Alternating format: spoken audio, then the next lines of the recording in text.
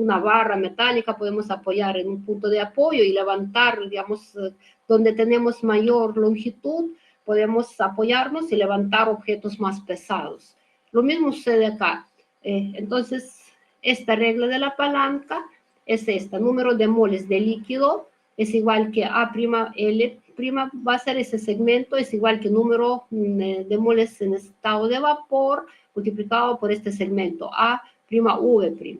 Y después podemos sacar la relación entre número de moles de componentes en estado líquido y en estado de vapor, ¿no? Entonces, es como relación de estos segmentos.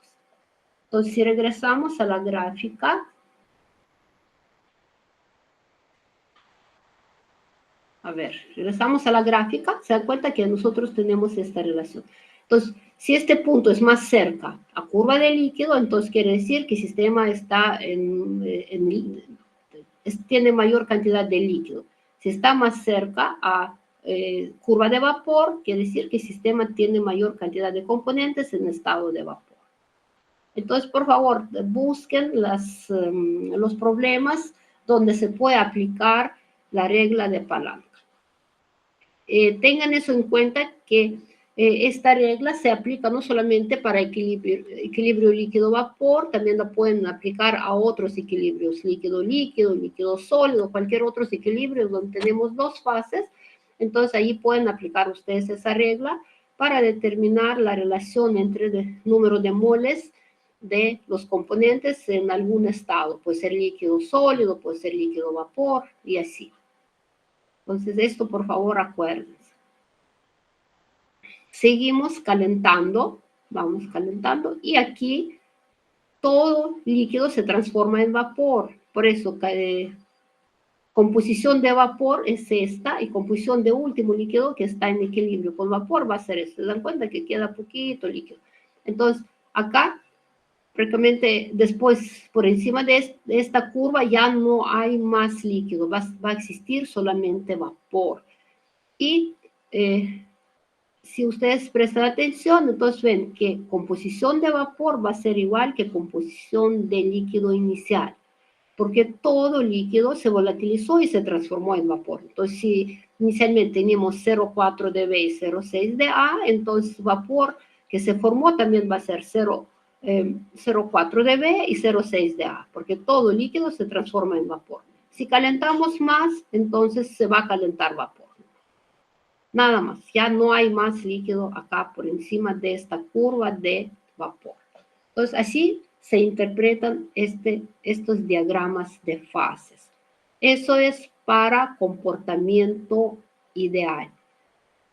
El comportamiento ideal nos permite separar dos componentes, esos dos componentes en componentes puros. Para eso se realiza destilación fraccionada. Pero antes de eso, vamos a ver qué es destilación fraccionada y qué es destilación simple. Y de ahí regresamos al diagrama para ver cómo aplicar eso para realizar destilación.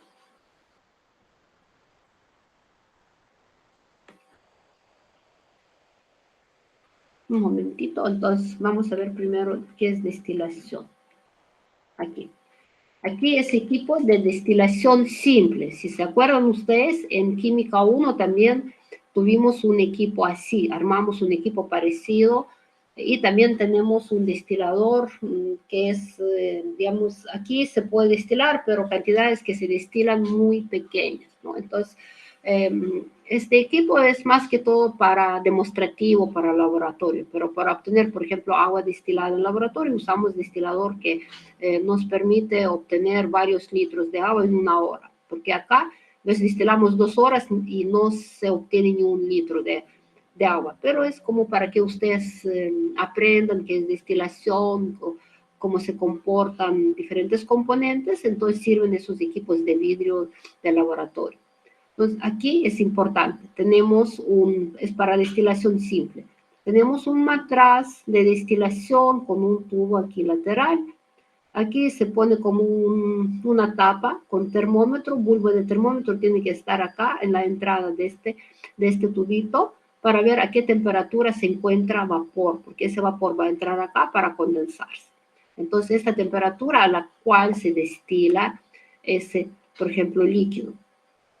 Tenemos termómetro. Para mantener todo se utiliza soporte universal. Aquí tenemos pinza, lo llaman pinza con nuez, ¿no? Pinza y nuez, esta parte, porque para sostener, ¿no? Para sostener todo ese material de vidrio. Hay que tener cuidado cuando ustedes ajustan, porque pueden romper. Si ajustan mucho, pues se puede romper el vidrio.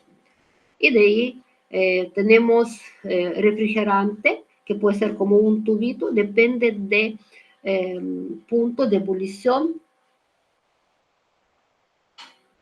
Depende del punto de ebullición de cada líquido. Si el líquido tiene punto de ebullición relativamente alto, puede ser simplemente un tubito así. Y aquí, si ustedes se dan cuenta, por acá entra agua para enfriar y que se condense el líquido, y por aquí sale agua. Siempre agua entra contracorriente, como entra a presión para llenar todo ese refrigerante. Si yo pongo que agua entre acá, va a correr y va a salir por acá sin llenar todo el refrigerante. Entonces puede ser que no todo vapor se va a condensar. ¿Ok? Entonces aquí, por ejemplo, puede ser como un tubito nomás, pero en algunos casos hay en forma de serpentina, así como un resorte, ¿no? ¿Por qué? Porque eso nos permite mayor contacto de vapor que está en ese tubito. Es un tubo interno, no tiene contacto con agua que entra y sale, no tiene contacto directo con agua, ¿no? Que entra y sale. Solamente agua es como refrigerante, refrigera, pero vapor está por ese tubito interno aquí. Y ahí donde se condensa. Como digo, hay otro como medio serpentín, porque si necesitamos enfriar más rápido y sustancias más volátiles, o a veces hay como semiesferas también. Es este refrigerante. Tiene diferentes formas también. Aquí tenemos un recipiente, puede ser balón, puede ser matraz, puede ser vasito, cualquier recipiente que queremos obtener el líquido que se condensa. Entonces, lo que queda acá se llama residuo, lo que obtenemos en el balón se llama destilado. ¿Ya? Entonces, o veces lo llaman condensado, rectificado, tiene diferentes nombres, pero en realidad es residuo y destilado. Entonces, eso es destilación simple. Destilación simple se aplica cuando tenemos, ¿en qué se basa destilación? En diferencia de puntos de ebullición. Entonces, si tenemos gran diferencia, como 80 o más grados, 100 grados o más, entre puntos de ebullición, o al contrario, por ejemplo, ustedes vieron que en laboratorio nosotros cuando destilamos agua, ahí tenemos sales disueltas, pero sales como sustancias iónicas tiene punto de fusión muy alto, como 700 grados y más. Entonces, y hierven a temperaturas mayores o a veces se descomponen sin llegar a su punto de ebullición. Y agua hierve a 100 grados, entonces ahí temperatura es muy grande, 600 grados o más, las diferencias, ¿no? Entonces, destilación simple se aplica cuando tenemos diferentes componentes en la mezcla, pero la diferencia entre sus puntos de ebullición entre todos los componentes es más que unos 80 o hasta 100 grados. Pero no siempre sucede así, ¿no? Hay diferentes componentes que sus puntos de ebullición son mucho más cercanos y los dos componentes son volátiles. Entonces, por esa razón, no se puede separar por destilación simple o deberíamos hacer varias destilaciones simples, ¿no? Entonces, justamente para hacer esta destilación más eficiente, utilizamos diagramas de fase. Esos diagramas de fase no solamente es para ver, para dibujar, para ver cómo es su forma o algo así. Esos diagramas de fases nos indican, ¿no? Nos indican a qué temperatura hierve la mezcla para manejar mejor el proceso. Entonces, cuando yo regreso acá, miren, en este diagrama, si yo, por ejemplo, tengo esta composición de acá, de acá, empezaré. Por ejemplo, yo tengo dos componentes, A y B, ¿ya? B es más volátil, B es menos volátil, ¿no? Entonces, yo caliento, aquí tengo, ya se forma vapor, combustión de vapor es esta, ¿no? Y yo condenso este vapor. Por destilación simple, yo primero obtendría esta parte. Condenso ese vapor y obtengo líquido de esta composición. Para separar otra vez, ¿qué tendría que hacer? Otra vez, ese líquido de esta composición, poner en balón de destilación, calentar y obtengo otra vez vapor ya de esta composición. Si lo condenso, obtengo líquido de esta composición. Otra vez lo caliento y otra vez. Y así tendría que hacer como 3, 4 destilaciones simples. ¿Qué sucede? Que voy a tener mucho tiempo, gastar mucho tiempo mientras destilo, mientras lo enfrío, y también mucha energía, porque tengo que enfriar, otra vez calentar a ebullición y así, ¿no? Entonces, destilación simple aquí no sirve, porque en realidad podría utilizarla, pero voy a demorar un montón y voy a gastar un montón. Entonces, ese problema se resuelve con destilación fraccionada. ¿En qué consiste destilación fraccionada? Ahorita yo les muestro equipo de destilación fraccionada para que ustedes entiendan. Y de ahí regresamos otra vez a ese diagrama.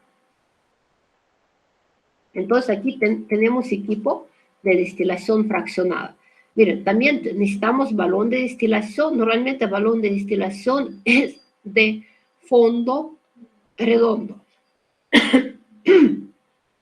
Disculpen. ¿Por qué de fondo redondo?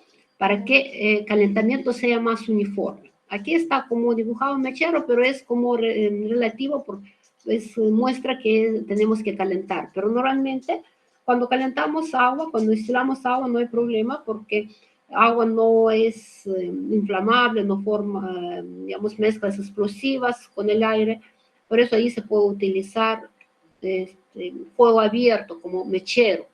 Pero en caso de otras sustancias, más que todo sustancias orgánicas, que pueden formar mezclas explosivas, también pueden liberarse vapores tóxicos, entonces, o inflamables, entonces fuego abierto no está permitido.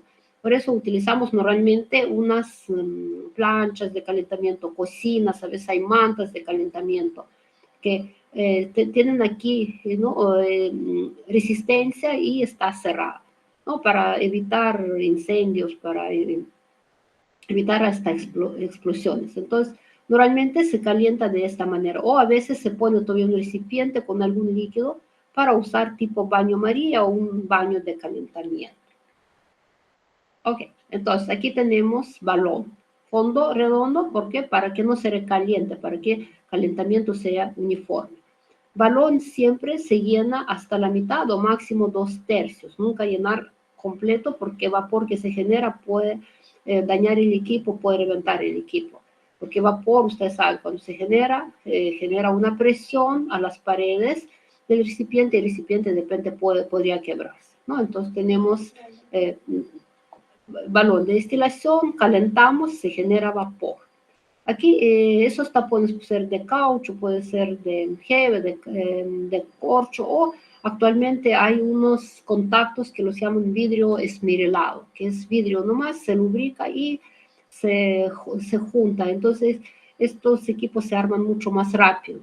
Aquí encaja, por ejemplo, acá una parte, encaja con esta parte y se da vuelta y allí ya se vuelve como se tapa herméticamente. Entonces aquí tenemos como corcho. Columna de fraccionamiento es una columna, en este caso columna de laboratorio, es de vidrio y aquí todavía a veces ponen como unas partecitas en forma de gota, pero no están pegados. Estas entradas es para hacer mayor contacto con el aire frío que está afuera. Entonces, y aquí ponen todavía, como digo, en forma de gotitas para que el líquido que se condense regrese al balón sin ningún problema. Por eso tiene esa forma. Entonces, a lo largo de la columna se enfría, aquí se genera vapor, digamos, de dos componentes. Entra la columna de fraccionamiento. A lo largo de la columna, componente que es más volátil alcanza condensador. Componente que es menos volátil, que tiene punto de ebullición más alto, ya se enfría a lo largo de la columna, se condensa y regresa al balón de destilación. Entonces, acá este líquido se enriquece con componente menos volátil y componente más volátil. Entra al condensador, se condensa y se obtiene aquí en un matraz o cualquier otro recipiente. Disculpe, donde se puede recolectar este líquido que ya se obtiene durante condensación del vapor. Y termómetro para ver temperatura. Justamente en diagramas de fases nos dan composición y temperatura a la cual se va a destilar. Entonces nosotros aquí controlando la temperatura podemos darnos cuenta qué composición debería tener líquido, qué composición debe tener vapor.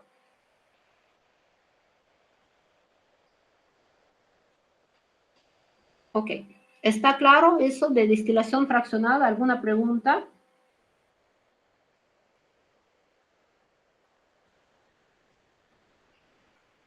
¿Sí?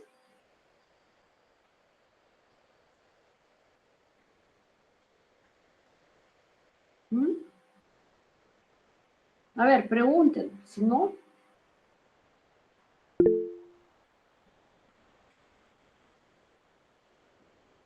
Ok, seguimos. Si no preguntan, quiere decir que todo está claro.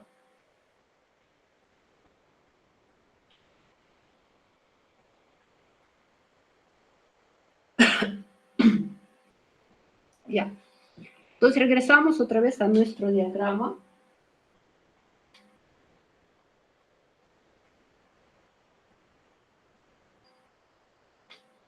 Un momentito.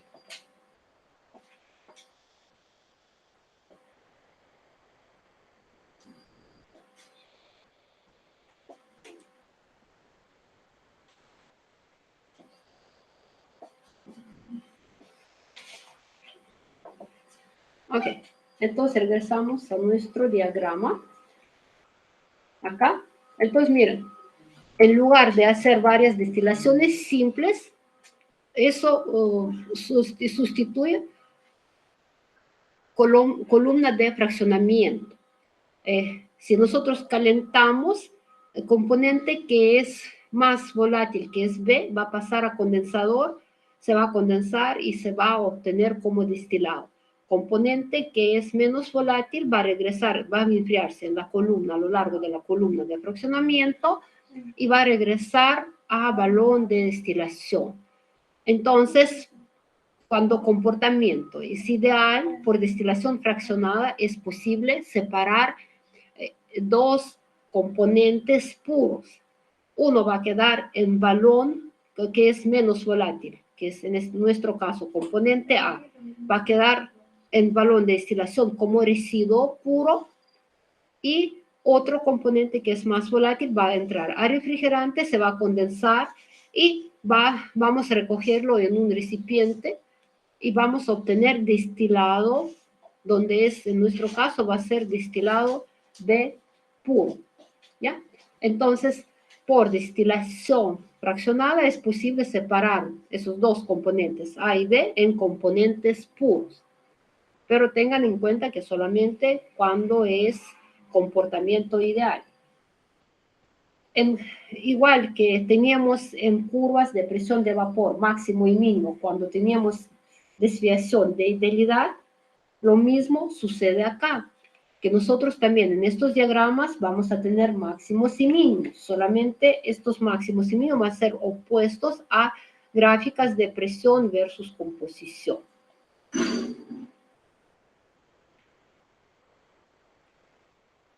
Entonces vemos acá. Es otro diagrama para destilación fraccionada. Cuando tenemos líquido vapor, aquí tenemos dos fases, líquido más vapor, entonces da cuenta que así nosotros podemos enfriar, otra vez calentar, enfriar, enfriar, calentar y podemos llegar a componentes puros, en este caso componente 1 y componente 2. Entonces así también, por eso estos diagramas son muy útiles para manejar bien ese proceso de destilación. Acá vemos desviación de idealidad, cuando componentes se mezclan entre sí, digamos, en cualquier proporción, pero no se comportan idealmente. Entonces, quiere decir que forman mezclas homogéneas, pero no se comportan idealmente. Entonces, recuerdan ustedes que nosotros dijimos en curva de presión de vapor teníamos un máximo, teníamos desviación positiva de la ley de Raoult, por ejemplo. Entonces, se dan cuenta que aquí también tenemos vapor líquido y aquí tenemos vapor más líquido. Pero si en estas gráficas, presión versus composición, tenemos un máximo, en gráfica temperatura versus composición vamos a tener un mínimo. ¿Por qué? Porque aquí se dan cuenta que aquí es presión alta, ¿no? Es más alta de presiones de los dos componentes puros. Entonces quiere decir que esta mezcla va a hervir a temperatura más baja. Por eso acá tenemos un mínimo. Estas gráficas que tienen máximo y mínimo en las curvas, en estas curvas, se denominan mezclas azeotrópicas. Y acá, esta composición, ¿no?, que corresponde justamente a esa mezcla se llama mezcla azeotrópica, y los componentes que forman esta mezcla azeotrópica se llaman azeótropos. ¿Ya? Entonces, para separar, por ejemplo, estas mezclas azeotrópicas en dos componentes por destilación o simple o fraccionada es imposible, porque llega un momento que le corresponde a una composición donde composición de líquido se iguala con composición de vapor. Entonces, todo el líquido pasa a vapor. Si condensamos vapor, obtenemos la misma composición de líquido. Otra vez, si ese líquido evaporamos, vamos a tener vapor de la misma composición. Y así, ¿no? Entonces, no se puede separar por destilación ni simple ni fraccionada en dos componentes puros.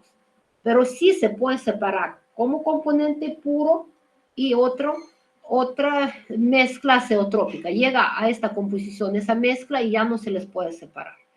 Entonces, podemos considerar esos como dos partes de este diagrama, como si fueran dos diagramas que se comportan idealmente. Y esta mezcla azeotrópica podemos tratarla como si fuera componente puro. Y podemos interpretar esta parte del diagrama, por eso tenemos que ver composición entre A y C, y después interpretar como composición entre C y B, ¿ya? Entonces, separan como si fuera, tenemos dos, ¿no? Como si fueran dos componentes que se comportan idealmente. Entonces, mientras tenemos composición entre A y C, por ejemplo, empezamos a destilar con esta composición de acá. Por ejemplo, 0,1 de B y 0,9 de A. Entonces, calentamos, aquí se genera vapor, proyectamos, vapor tiene esta composición. Si lo enfriamos, sería este líquido, ¿no? Otra vez este líquido, después otra vez llega a este vapor, lo bajamos, pero cuando llegamos a este punto C, tenemos líquido. Lo calentamos, todo el líquido se pasa a estado de vapor. Ese vapor condensamos, otra vez obtenemos líquido de la misma composición. Y así, por más que hagamos no sé cuántas veces, calentemos y enfriemos, calentemos y condensemos, al final no podemos separar porque composición de líquido es igual que composición de vapor. Entonces, por destilación fraccionada, cuando tenemos mínimo acá, entonces vamos a obtener residuo, vamos a obtener componente A puro, y como destilado vamos a tener mezcla azeotrópica de esta composición. Porque esta mezcla azeotrópica es más volátil, entonces quiere decir que va a pasar a refrigerante, se va a condensar y vamos a obtener líquido de esta composición.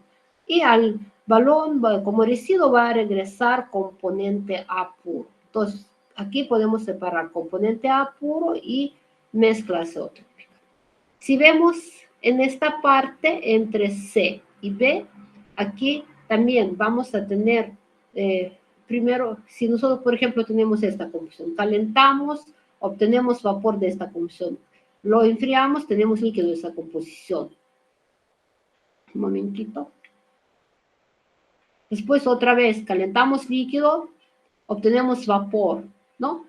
Calentamos líquido, obtenemos vapor. Bajamos acá, vemos otra vez que el líquido va a tener esta composición. Y así calentamos, pero llegamos a este punto C y aquí composición de líquido es igual que composición de vapor.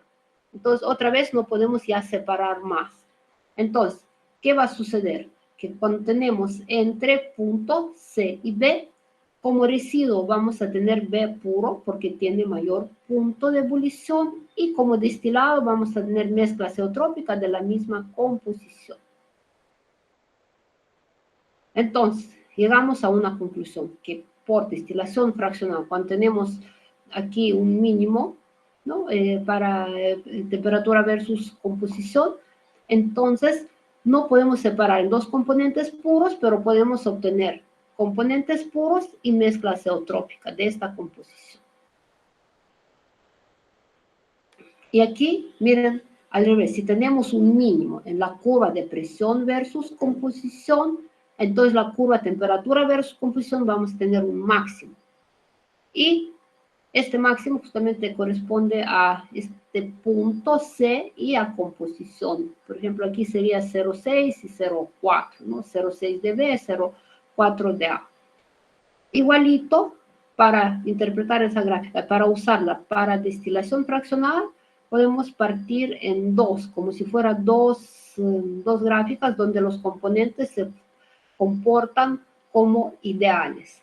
Y igual, vamos a tratar de separar estas mezclas. Entonces, si miren, si tenemos, por ejemplo, acá, calentamos, se forma vapor, condensamos vapor, obtenemos, y así podemos llegar hasta este punto. Y así, al final, también acá podemos llegar hasta ese punto C.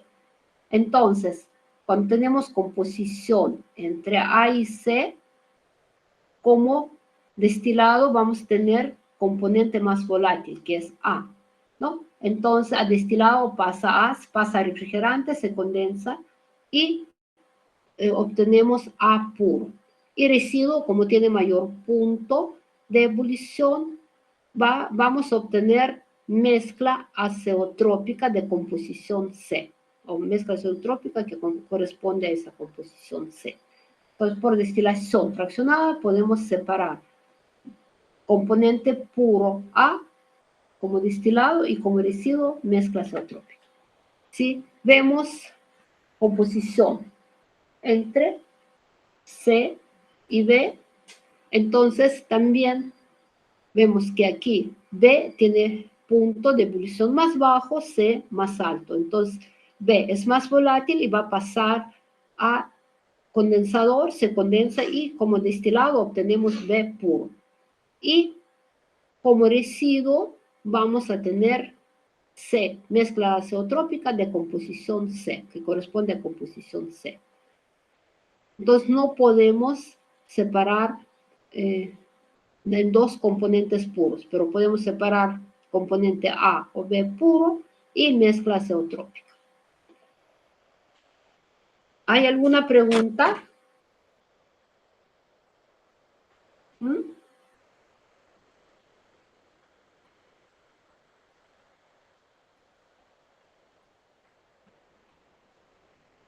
¿Ya tienen preguntas? ¿Entendieron lo que es destilación fraccionada?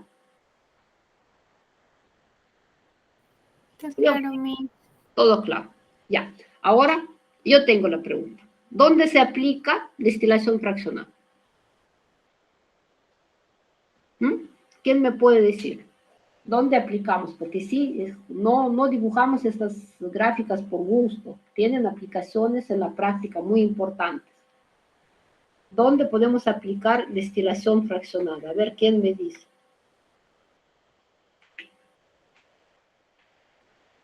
¿Nadie sabe?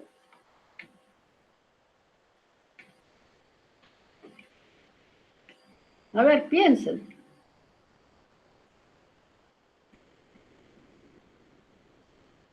¿Alguien vive en Ventanilla o pasa por esa carretera que va a Ventanilla?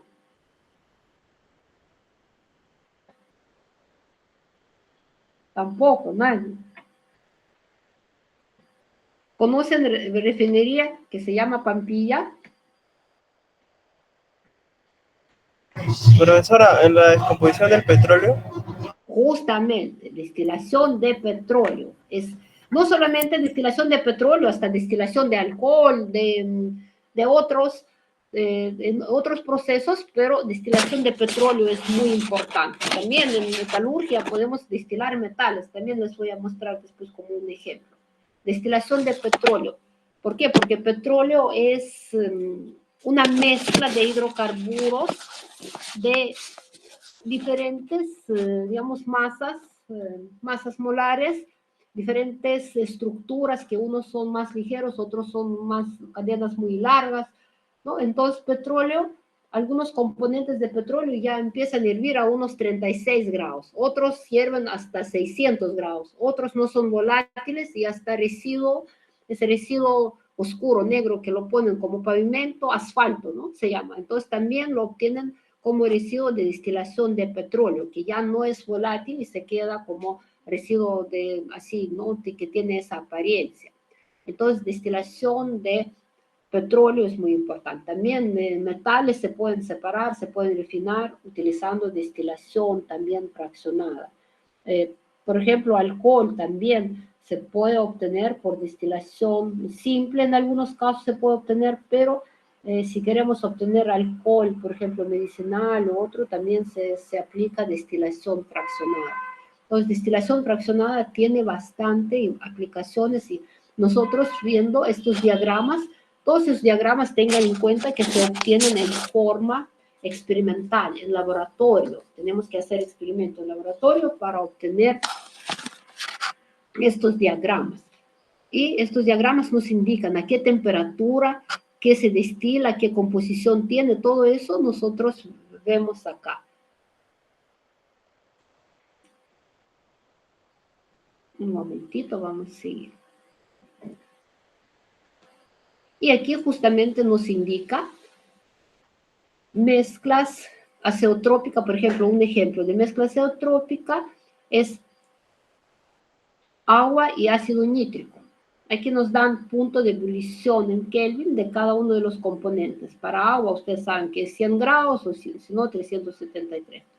Para ácido nítrico es 359. Punto de ebullición es más bajo todavía que agua. Pero se dan cuenta que punto de ebullición de mezcla azeotrópica es 393. Entonces aquí vamos a tener un azeótropo con máximo, ¿no? Hace otro con el máximo punto de ebullición, porque se da cuenta que es mayor que cada uno de los componentes, ¿no? Entonces, si nosotros tenemos puntos de ebullición de cada componente y punto de ebullición de mezcla azeotrópica, nos podemos dar sin gráfica, nos podemos dar cuenta que es azeótropo con máximo o mínimo de punto de ebullición. A ver, ustedes, más que todo, durante la pandemia todo el mundo compraba alcohol. Sí, seguro que todos compraban. Si ustedes no, de repente sus papás, de repente sus parientes, pero todo el mundo utilizaba alcohol como desinfectante. Y se dieron cuenta que alcohol, ¿qué porcentaje de alcohol se vende normalmente? En farmacia, en supermercados, no sé, donde quieren, ¿no? En algunas galerías. ¿Qué porcentaje tiene alcohol? La concentración de alcohol. Hay de varios tipos, mis. Hay de 96, 70, 74. Y ya. Máximo se dieron cuenta que es 96, ¿sí? Máximo 96. Y nunca pensaron por qué 96, por qué no 98, por qué no 95, 94. No se pusieron la pregunta por qué exactamente 96.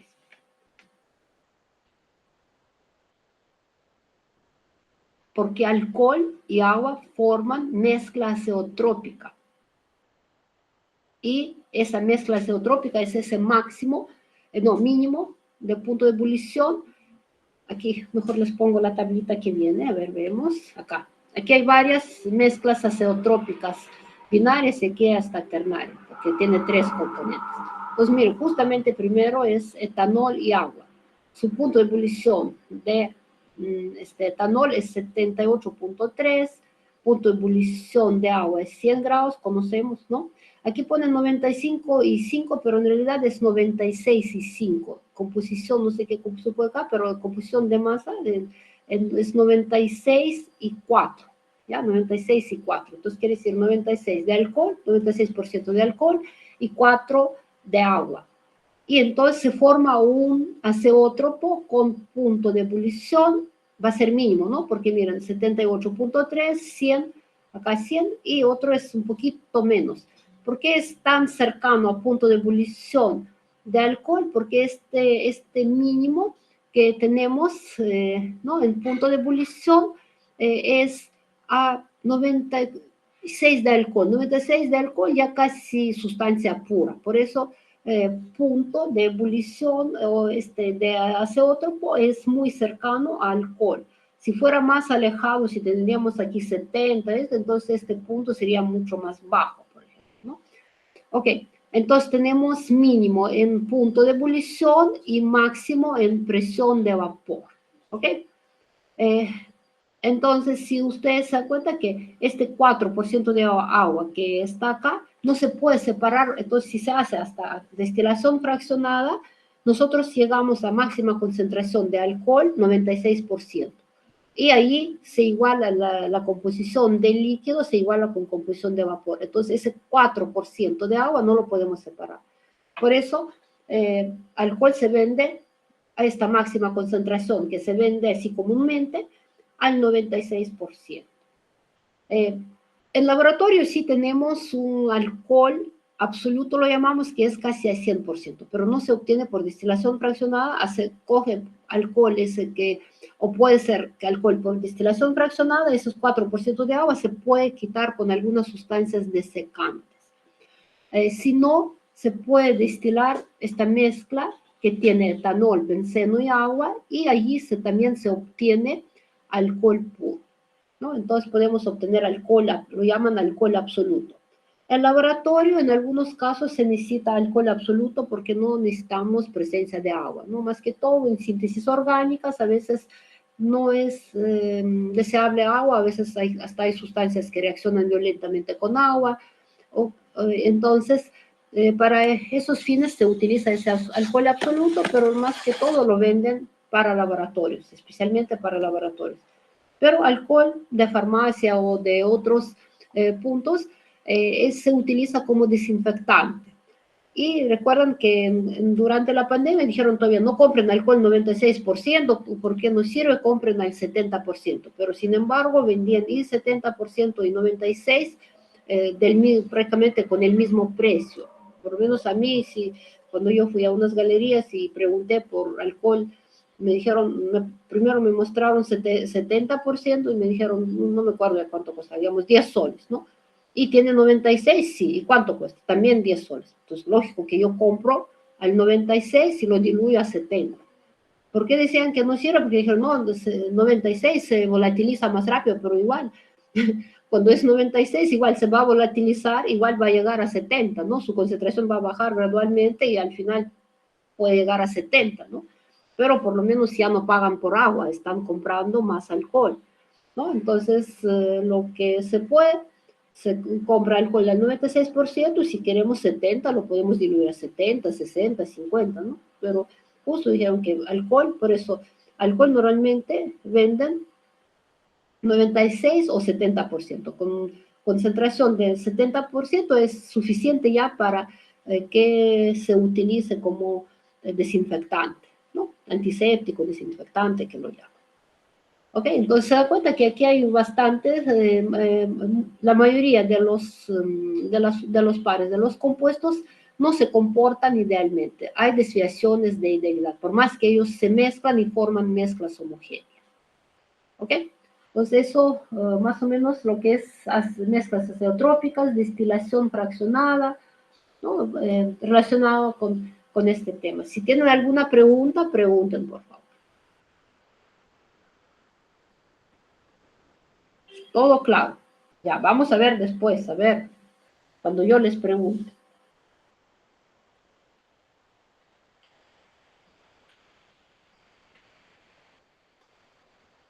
Ok, todo claro. Ya, vemos siguiente, ¿qué tenemos siguiente? Columna de fraccionamiento con tapas de burbujeo. Eso es ya columna industrial. Lo que vimos antes, vimos columna de laboratorio, equipo de destilación de laboratorio. Esa es columna ya industrial. Un momentito.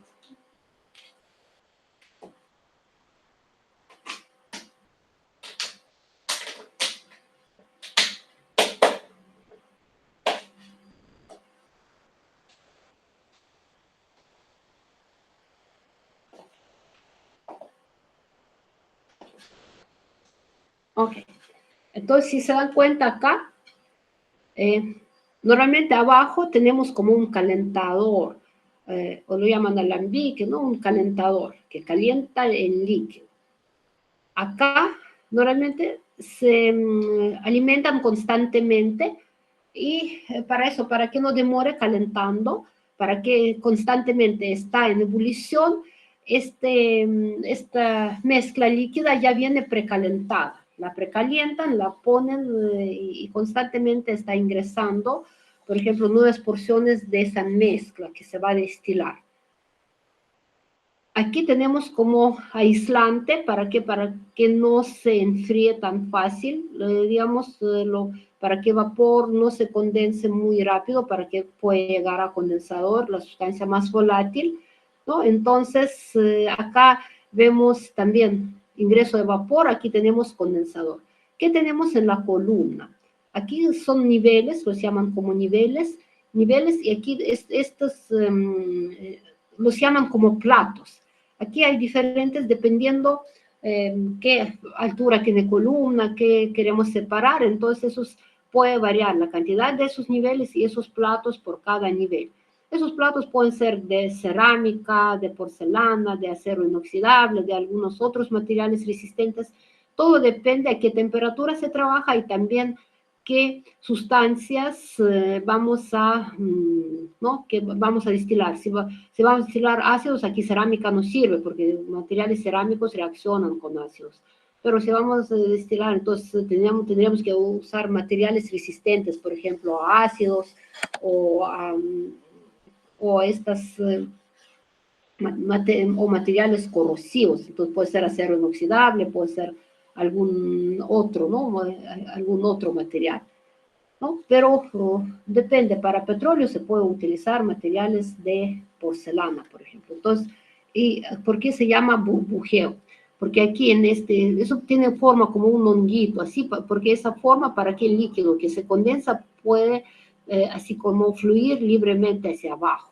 Por eso tiene esta forma. Y aquí tienen como unos orificios para que pase el vapor. Entonces, las flechas que van hacia arriba nos indican que vapor está pasando hacia allá y las flechas que van hacia abajo nos muestran, digamos, flujo de líquido que se obtiene, que se condensa y regresa hacia acá. Entonces, burbujeo, porque por esos orificios pasa vapor y parece como si fuera, está hirviendo, como se forman burbujas. Entonces, se da cuenta que entra el líquido alimentador, llega hasta acá y aquí está bajando por esos niveles y llega acá para calentamiento otra vez. Y acá se genera vapor, entonces a lo largo de esta columna se condensa en estos platos, en todo este ambiente se condensa líquido y regresa hacia abajo, para residuo. Entonces, temperatura varía a lo largo de la columna y sustancia más volátil llega hasta condensador, se condensa y obtenemos aquí destilado. ¿Ok? Entonces, este es el principio de funcionamiento de una columna industrial. Ahí justamente pueden destilar petróleo o otros materiales. Petróleo, normalmente columnas de destilación de petróleo, como ahí se obtienen diferentes componentes, diferentes fracciones que los llaman, tienen altura de 70 a 80 metros más o menos y cantidad de platos muy grande. Entonces, y también esos niveles. Entonces, ¿quién se dedica a la construcción de esas columnas, manejo de ese proceso de destilación? Justamente es como una ciencia, no es algo así tan fácil, tienen que hacer cálculos, tienen que ver, porque tienen que asegurar que cómo va a variar la temperatura a lo largo de esta columna, qué tal se va a condensar el líquido, otro vapor tiene que ingresar acá, que constantemente presión de vapor sea suficiente para llenar toda la columna esa de fraccionamiento. Entonces es como una ciencia y hay justamente fórmulas, hay métodos para hacer cálculos de eficiencia de la columna de destilación. También para disminuir a veces por seguridad riesgo de incendio, riesgo de descomposición de algunas sustancias que a altas temperaturas se descomponen, pueden hasta formar mezclas explosivas, entonces realizan esta destilación todavía bajando la presión. Ustedes saben, cuando se baja la presión, entonces componentes van a hervir a temperaturas menores que su punto de ebullición, por ejemplo, normal. Entonces, en este caso, petróleo, por ejemplo, los componentes que hierven normalmente a 600 grados, cuando se baja presión, pueden destilarse a 400 o 300 grados, dependiendo qué tal, ¿no?, qué vacío se produce en el sistema. Entonces, bajan la presión y después se destila a temperatura ya a esa presión. Entonces, bajan la presión y esa presión se mantiene constante, pero ya es presión más baja que presión atmosférica. Ok, entonces vamos a seguir.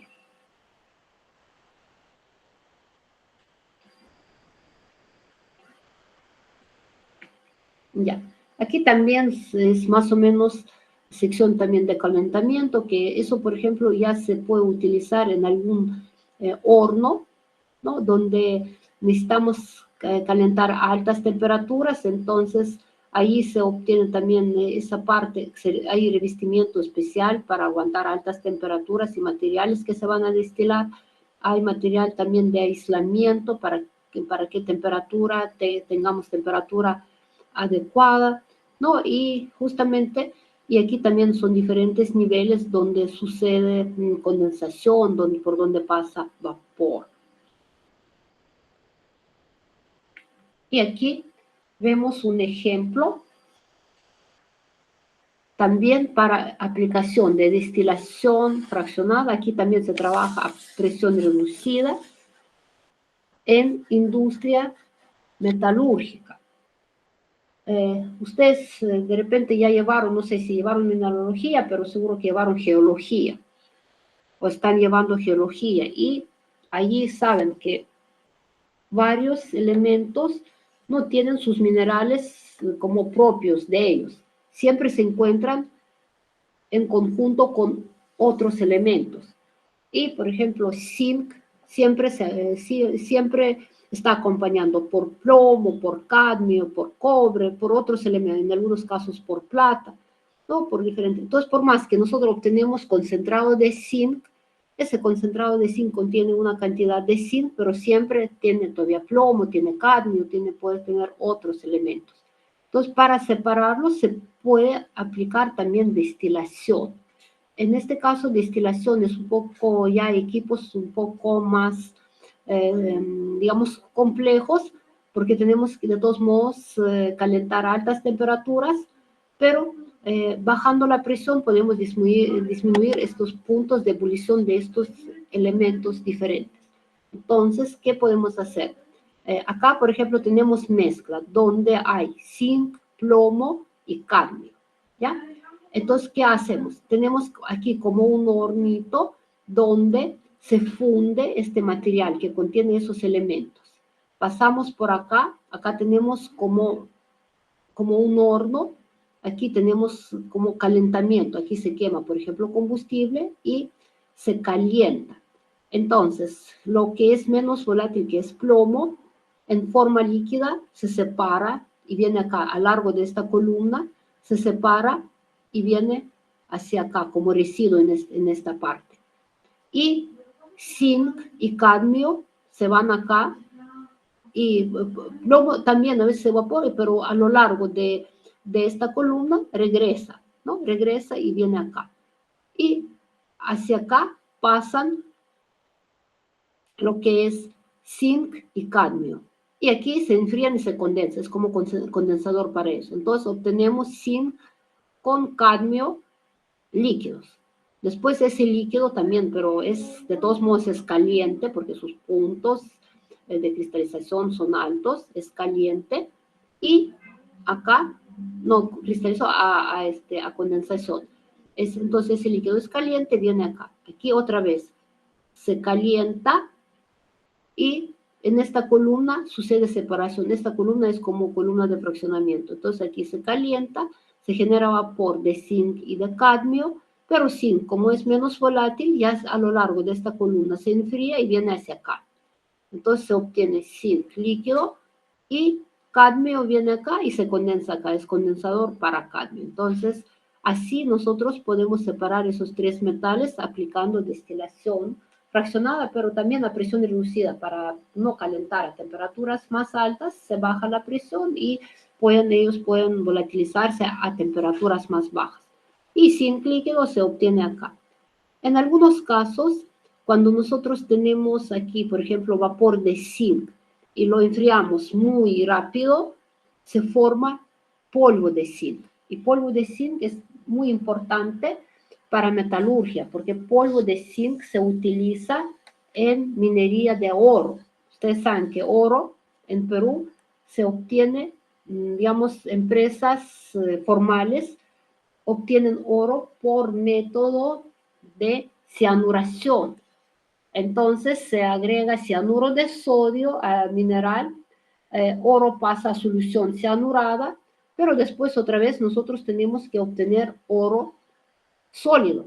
¿Y cómo lo podemos obtener? Agregando zinc en polvo, porque zinc es un reductor, entonces fácilmente reacciona con esta solución cianurada, zinc pasa a la solución y oro precipita como metal, ¿no? Y después todo ese oro refina, ¿no? Hay que refinar para obtener oro de, digamos, mayor pureza. Pero de todos modos se utiliza bastante zinc en polvo. Y zinc en polvo justamente se puede obtener evaporándolo y después condensando, pero muy rápido. Entonces, cuando se condensa, no pasa a estado líquido, se forman gotitas muy chiquitas y de frente se solidifican formando partículas muy pequeñas de zinc. Entonces, este material normalmente se obtiene en extranjero. A Perú, aquí creo que Cajamarquilla antes producía un poquito de zinc en polvo, pero no abastece toda la industria. Entonces, esa tecnología sería bueno también aplicar en Perú para producir zinc en polvo para utilizarlo para, digamos, metalurgia de oro. ¿Está claro todo? ¿Alguna pregunta más? ¿Quién tiene preguntas?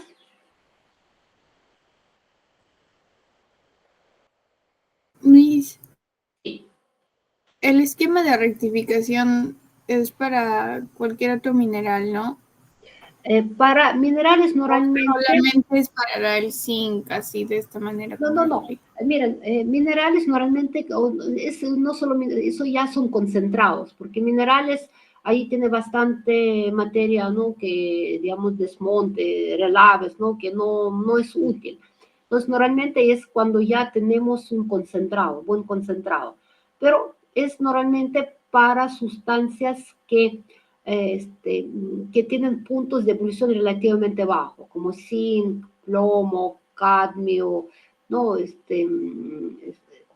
Estaño podría ser, ¿no? Porque otros que tienen ya puntos de ebullición altos, entonces ahí se necesitaría gran cantidad de energía para, digamos, para calentar, ¿no? Entonces, de punto de vista, depende del metal, ¿no? Si metal tiene buen precio, todo se podría aplicar también. No, pero depende ya de metal, porque de todos modos método es costoso, porque se dan cuenta que necesitan hornos especiales, también como esta presión reducida, que materiales aguanten cambios de presiones y también no necesitamos gastando, porque normalmente ahí tenemos o quemar combustible, ¿no? O de repente algún horno eléctrico podría ser, ¿no? Entonces, depende, pero normalmente esos que tienen puntos de ebullición relativamente bajos se utilizan ese método. también se podría obtener, por ejemplo, es algo parecido, pero equipos de repente no tan grandes para obtener nanopartículas. Nanopartículas metálicas se obtiene también por métodos así parecidos, que se evapora el metal, se forma vapor de metal y después lo enfrían así bruscamente, muy rápido, enfrían en lo llaman sustrato, una superficie prácticamente así helada, muy fría. Entonces metal, en lugar de pasar a estado líquido y después solidificarse, de frente así rapidito se solidifica, ¿no? Entonces ahí sí podemos obtener diferentes metales, evaporarlos o también aleaciones, ¿no? Nanopartículas de aleaciones. Evaporar y después enfriar muy rápido. Entonces se podría también, parecido como destilación, porque generaríamos vapor y de ahí condensaríamos, pero bien rápido, para que en lugar de que se forme líquido, que se forman partículas muy pequeñitas en forma sólida, ¿ya? Ya, Miss, gracias. Ok. Entonces, ¿por qué se utilizan materiales en polvo? Y todavía superficies, porque superficie es muy grande. Entonces, ustedes saben que normalmente cuando sucede reacción heterogénea, entonces sucede entre partículas que tengan mayor superficie, porque si por ejemplo ponemos en solución cianurada de oro, le ponemos un pedazo de zinc, reacción va a suceder solamente sobre ese pedazo de zinc y lo demás va a ser por gusto. Pero si tenemos ese pedazo de zinc, lo fraccionamos y obtenemos zinc en polvo y todavía lo agitamos, esparcimos por todo el volumen, entonces al final la reacción va a suceder en todo el recipiente. ¿Okay? Entonces por eso es importante que tengamos esas partículas muy pequeñitas para aumentar superficie de contacto y velocidad de reacción aumenta bastante. Cuando reacciones son heterogéneas, entonces ahí sí tiene que ver bastante lo que es superficie de contacto entre reactivos, ¿ya? Ok, entonces eso más o menos lo que es destilaciones y aplicación de destilaciones. ¿Se dan cuenta? No solamente porque algunos dicen, ¿para qué nosotros estudiamos destilaciones si destilaciones son más aplicables en química orgánica? En química orgánica sí, también, pero ahora ustedes saben que justamente muchas veces, a veces los que vean química orgánica no les importaba, no se dan cuenta que pueden aplicar química orgánica en metalurgia o al revés, ¿no? Algunas cosas metalurgia o de química inorgánica, otros procesos se podrían aplicar, por ejemplo, en misma química orgánica. Pero ahora nosotros nos damos cuenta que muchos métodos son bien relacionados, ¿no?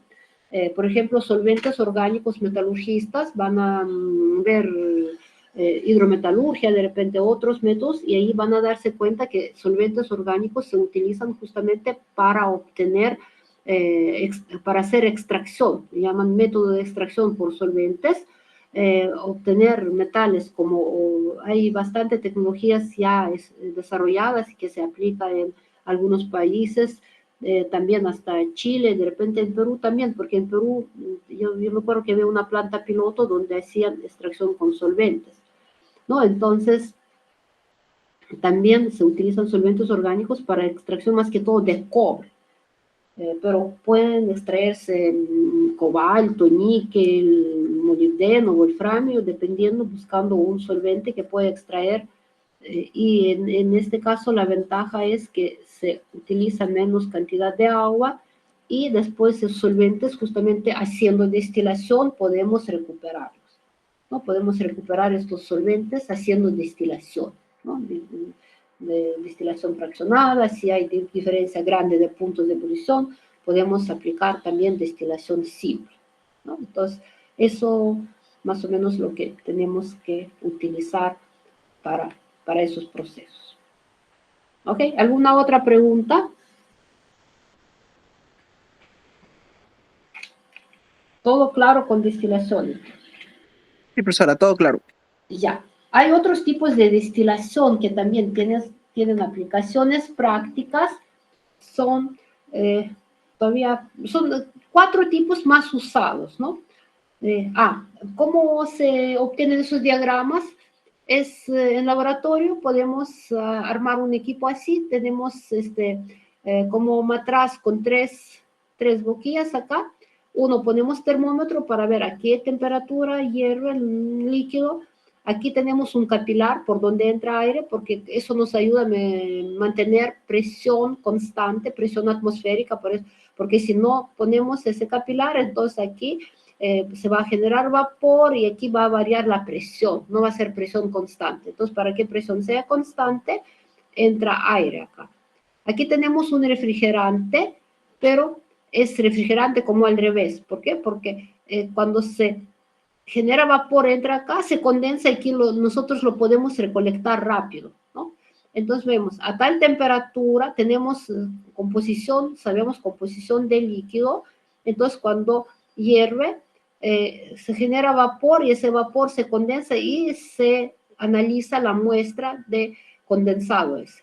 Entonces se obtiene composición de vapor, ¿no? Entonces sabemos composición de líquido porque preparamos la solución, obtenemos, medimos la temperatura y vemos composición de vapor. Entonces esos puntos después se ponen en las gráficas y obtenemos diagramas de fase. Acá se utiliza baño María o otro baño, puede ser baño de glicerina, baño de algunas sales, a veces hasta para llegar a altas temperaturas se funden sales como nitrato de potasio, nitrato de sodio, en las mezclas se puede llegar a temperaturas hasta 600 grados, por ejemplo, ¿no? Entonces, dependiendo de por qué utilizamos estos líquidos, estos baños, para mantener temperatura constante y también, no constante, ver a qué temperatura se destila para que este calentamiento sea uniforme, ¿no? Por eso utilizamos algún tipo de baño. Temperatura no mantener temperatura, simplemente que ver a qué temperatura está formándose vapor.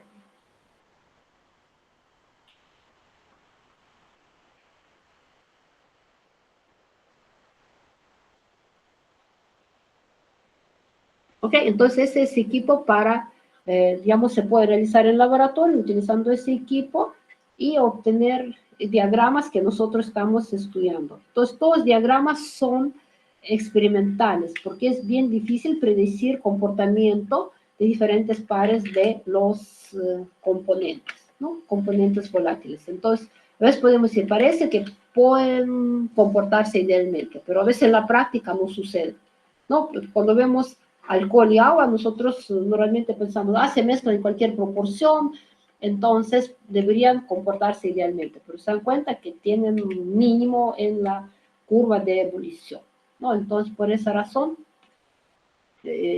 tenemos que hacer experimentos y con eso ya comprobar su comportamiento. ¿Es ideal, no ideal? Si es no ideal, ¿qué tal desviación es fuerte, pequeña? ¿A qué temperatura, a qué composición se forma ese máximo o mínimo?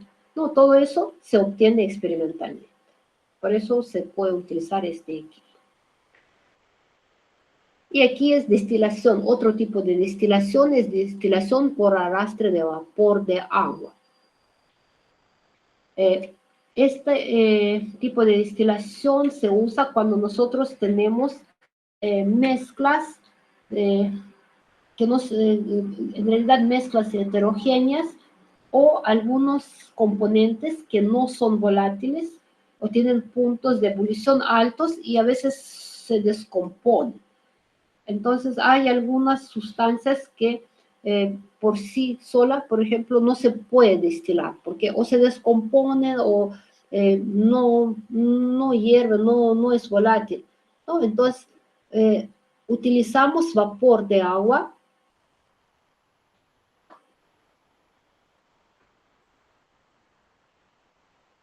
¿Ok?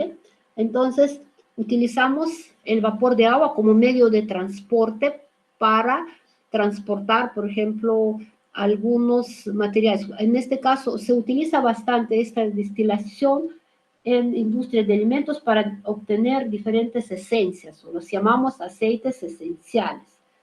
Hasta mismo aceite, ustedes saben que aceite, por ejemplo, es difícil que hierva porque sus cadenas, digamos, orgánicas son bastante largas, su estructura, a veces aceite no no parece que se evapore así tan fácil, que hierve tan fácil. Tenemos que llevarlos a altas temperaturas, ¿no? Pero se dieron cuenta que cuando se prepara, por ejemplo, sopa o algo, la olla se llena de partículas de aceite, ¿no? Se vuelve grasosa.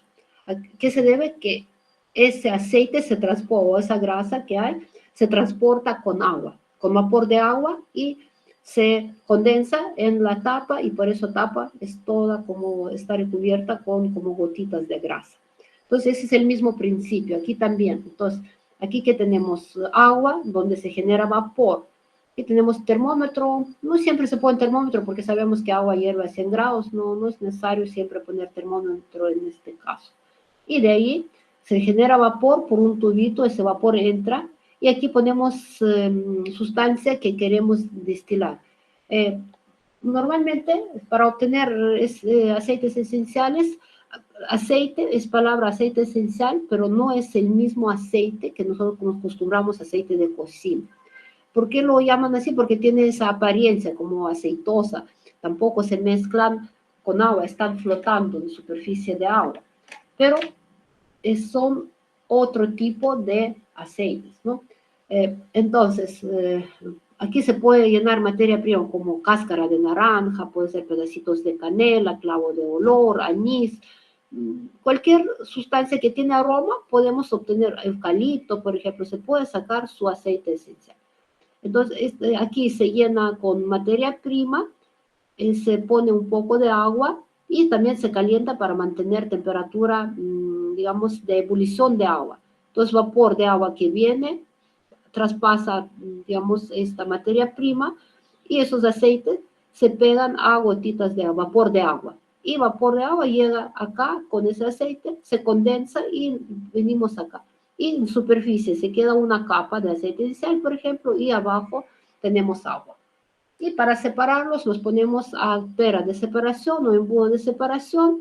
Aceite se queda arriba, se abre la llave, agua baja y aceite se queda arriba. Si queremos obtener mejor todavía, se hace extracción con algún solvente orgánico, como hexano, como algún otro solvente que disuelve ese aceite esencial. Entonces hacemos extracción y después por destilación separamos este solvente orgánico y aceite esencial. Como no es volátil, se queda como residuo. Entonces así podemos aplicar, por ejemplo, ese método también para obtener diferentes sustancias. O también hay otras sustancias que no son volátiles, no solamente en industria de alimentos, industria química, también hay diferentes componentes que no son volátiles, que no se les puede destilar por sí solos, pero se destilan con vapor de agua. Y otro tipo de destilación es destilación al vacío o destilación a presión reducida.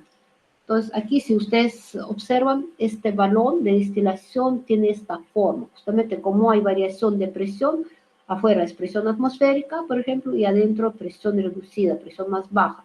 Entonces, para que aguante esa variación de presiones, el vidrio tiene que ser, digamos, paredes de vidrio normalmente grueso, todo materiales acá son de vidrio más grueso, y esa forma para que no haya presión, porque no hay superficie plana, porque ahí sería mayor presión y podría reventar el equipo.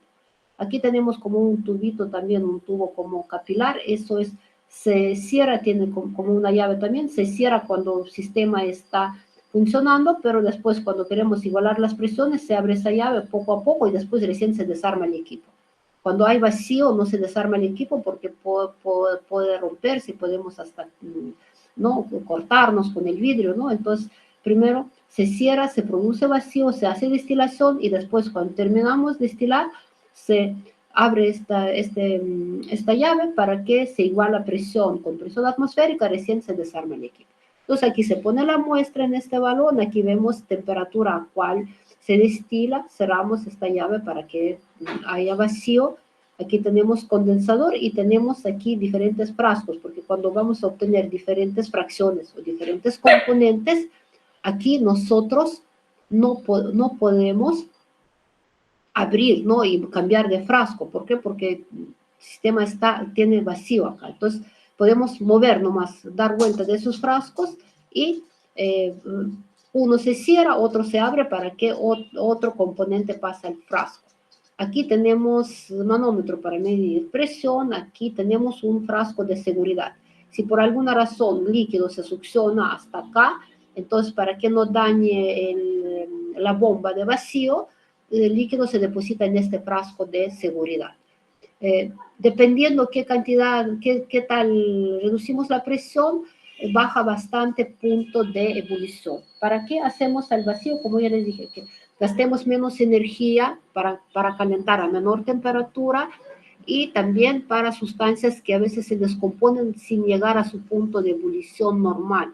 Entonces, por ejemplo, en el laboratorio nosotros destilamos anilina, que su punto es normal como 186 grados, bajando la presión podemos destilar a temperatura 70 grados, ¿no? Entonces se dan cuenta que es bastante.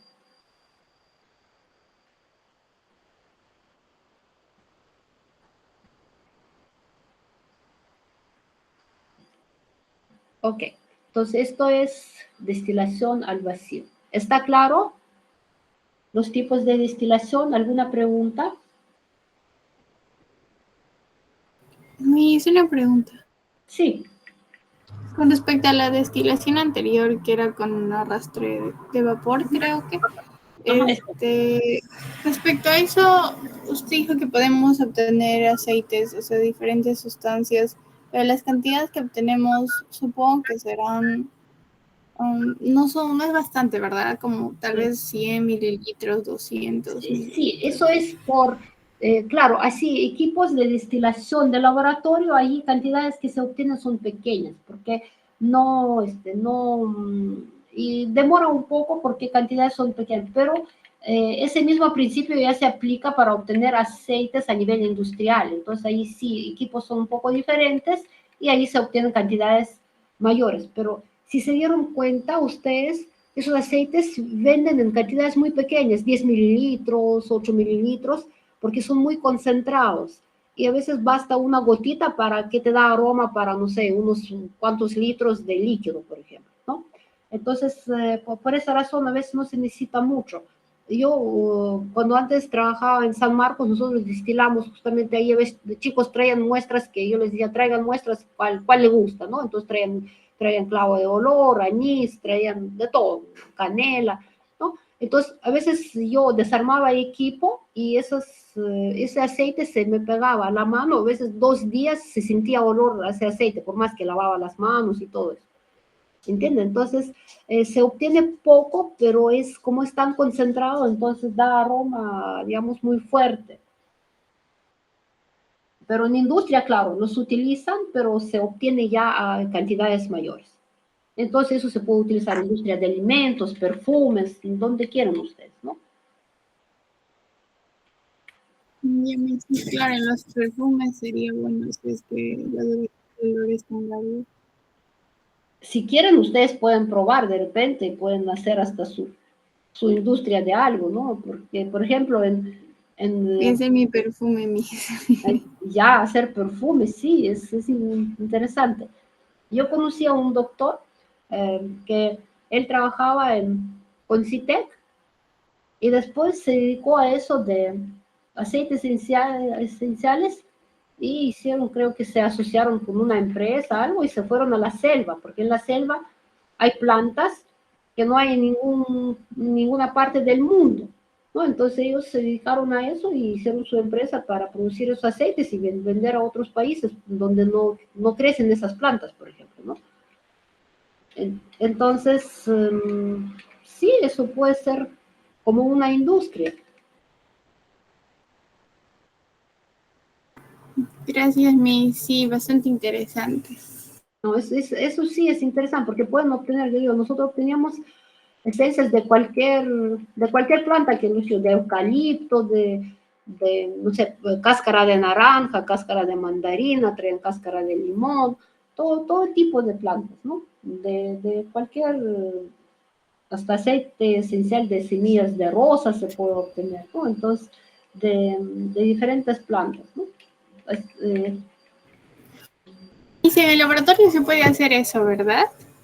Necesitamos ver si tenemos balones así. Necesitamos tubitos, 2 balones. Sí, refrigerante sí tenemos, porque yo compré refrigerante, claro, para otros fines, para otro tipo de destilación, pero sí tenemos refrigerante. Si quieren, podríamos probar.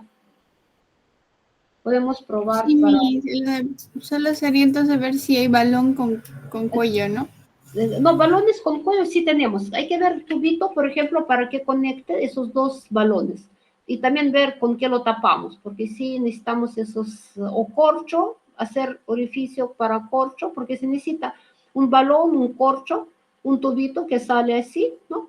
Y que entre a otro, unos tubos largos. Por aquí se genera vapor, puede entrar por acá nomás un tubo corto, pero ese sí tiene que llegar hasta acá donde está materia prima. Y allí aquí un refrigerante que también tenemos, se une al refrigerante y se obtiene acá. No se obtiene, como digo, cantidad no es grande, pero como es tan concentrado, tiene aroma muy fuerte, ¿no? Entonces, si quieren, algún día podemos probar, de repente podríamos realizar Sí, esto. Miss, yo sí quiero. Y ya, Gracias, Miss. y ya, no se preocupe. Ok. ¿Alguna otra pregunta?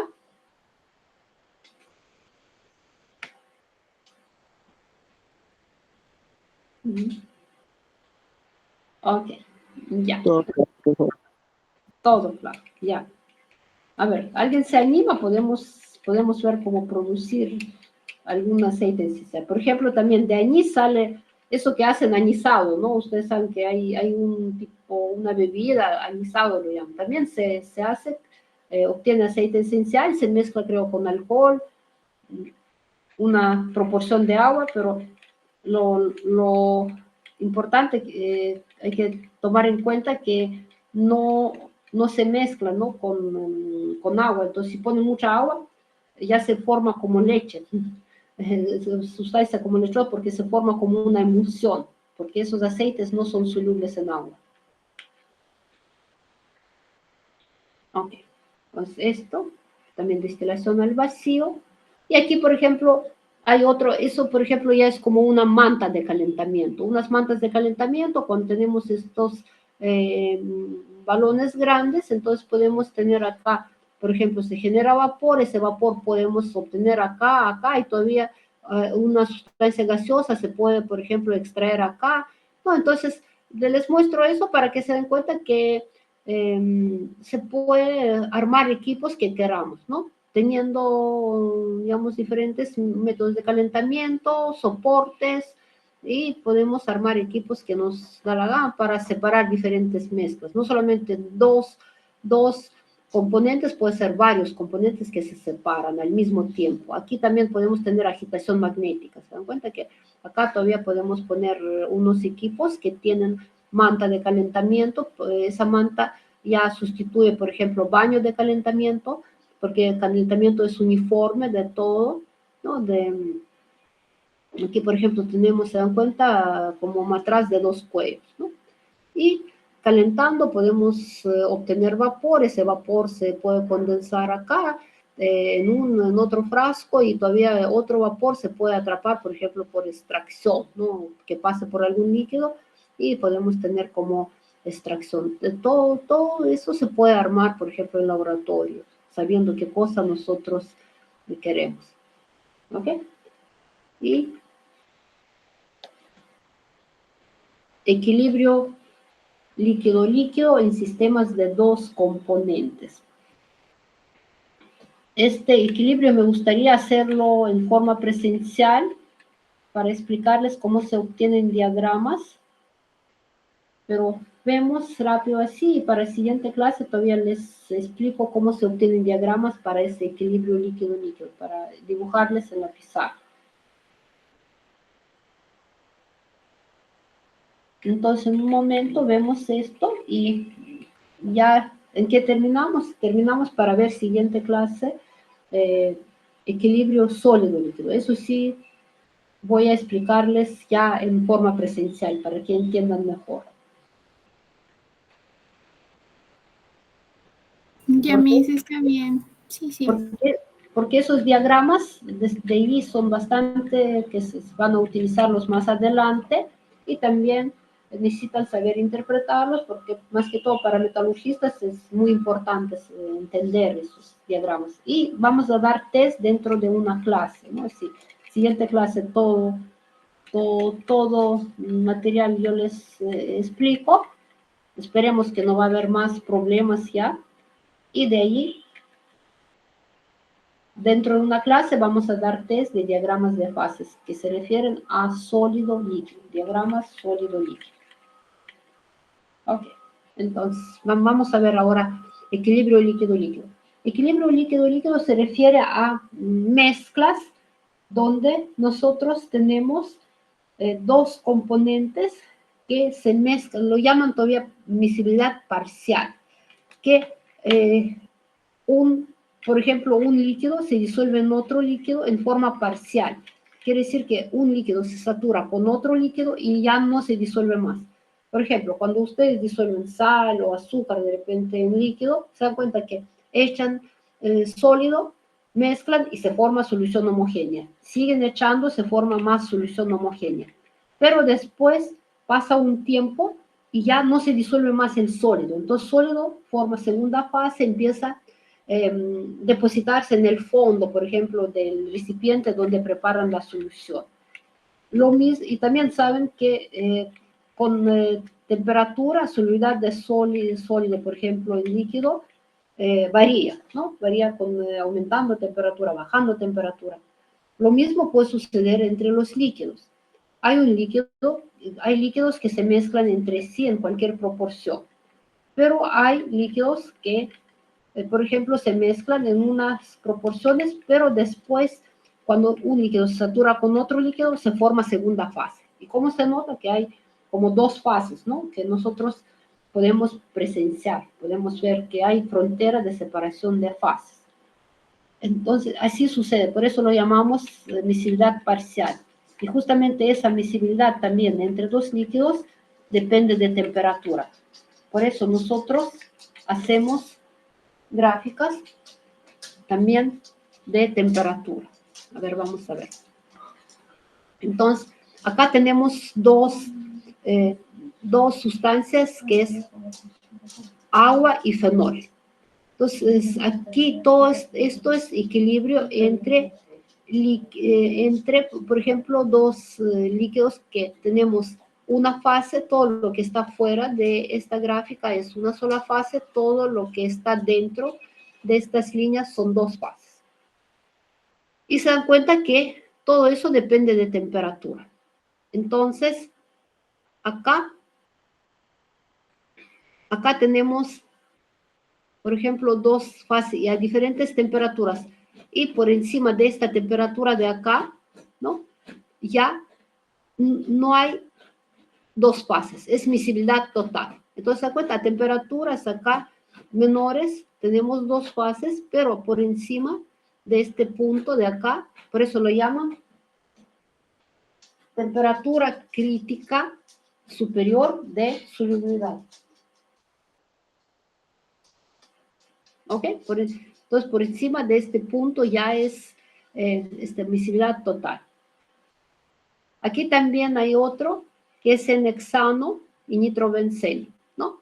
Entonces también se da cuenta que nosotros tenemos acá esta gráfica, se da cuenta que estas curvas no son simétricas, puede ser, eso depende de solubilidad uno en otro, ¿no?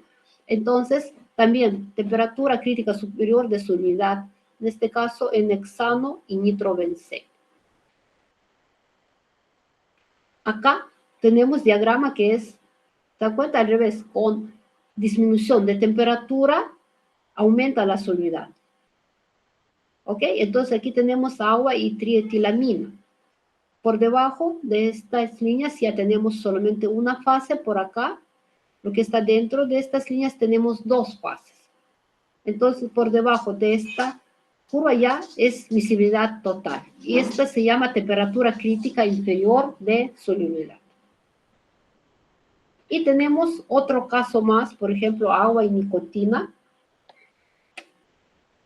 que en este caso se dan cuenta que tenemos como una figura así, donde tenemos dos puntos críticos de solubilidad, superior e inferior. agua y nicotina se comporta así. Nicotina, ustedes saben que se encuentra en hojas de tabaco, en cigarro es un alcaloide. No todo lo que termina ina, como cocaína, heroína, nicotina, ¿no? Todos son alcaloides y unos más fuertes, otros son como drogas. Unos son más potentes, otros menos potentes, pero de todos modos saben que las personas que fuman también es bien difícil de dejar el cigarro justamente por contener este alcaloide que es nicotina.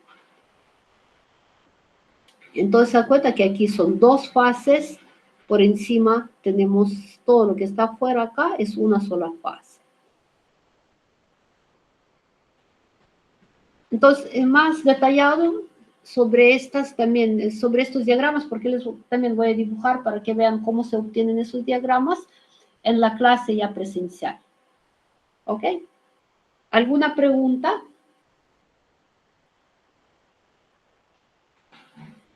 No, Miss, está claro. Todo claro. Ya. No se retiren, un ratito voy a tomar captura de pantalla, un momentito.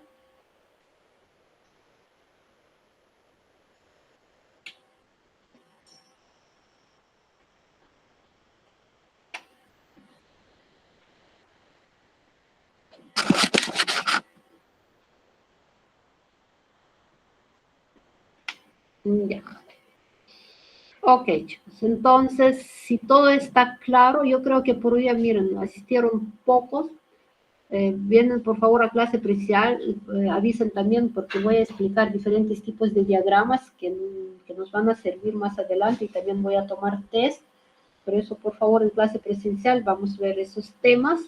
Por hoy día terminamos. Si tiene alguna pregunta, pregunten.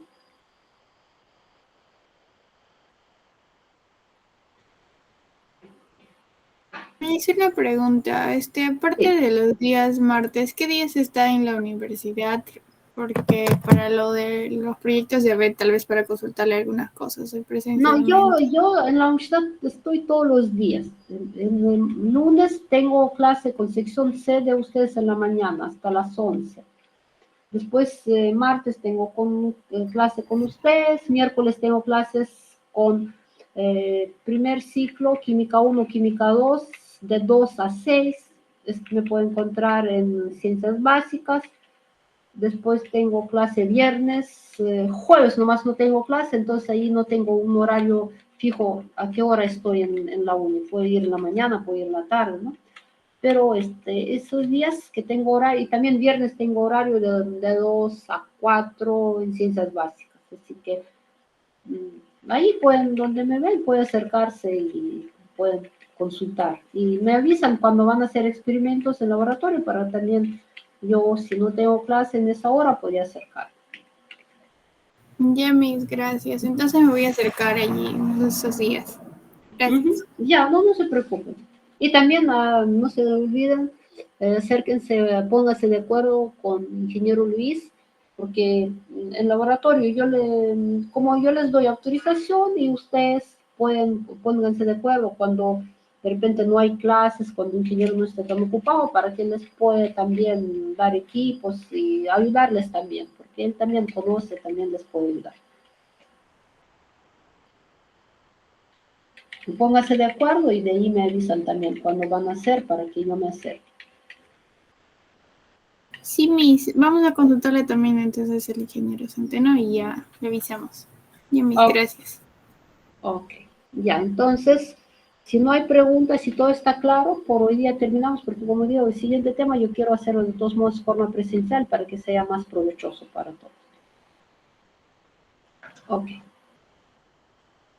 Si no hay preguntas, pueden desconectarse, nos vemos entonces en la clase ya presencial. Muchas gracias por asistir, hasta luego. Chao, profesor, hasta la siguiente. Ya, hasta luego. Ya, Miss, gracias, cuídese. Nos vemos.